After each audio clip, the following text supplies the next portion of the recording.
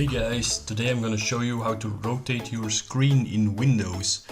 If you push the Control and the Alt buttons, you keep them pushed in at the same time and then use the arrows, you can rotate your screen 90 degrees to the left, to the right, upside down, or make it normal again. This is normally a feature for when mounting displays to a wall or mounting them vertically to create video walls and to get the desired effect. So I'm gonna show you again in close-up.